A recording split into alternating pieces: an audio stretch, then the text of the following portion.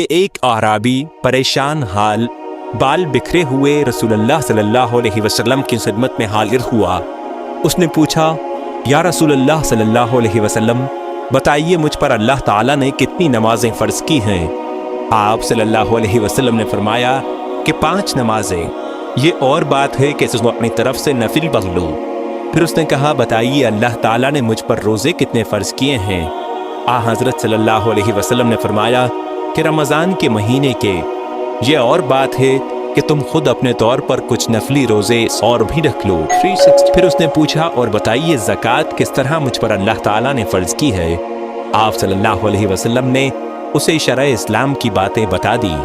जब उस अराबी ने कहा, उस ज़ात की कसम जिसने आप सल्लल्लाहु अलैहि वसल्लम को इज़्ज़त दी, न मैं उससे जो अल्लाह ताला ने मुझ पर फ़र्ज़ कर दिया है कुछ बढ़ाऊँगा और न घटाऊँगा।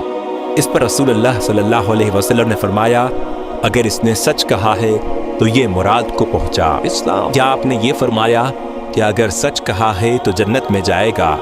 सही बुखारी हदीस नंबर 1891।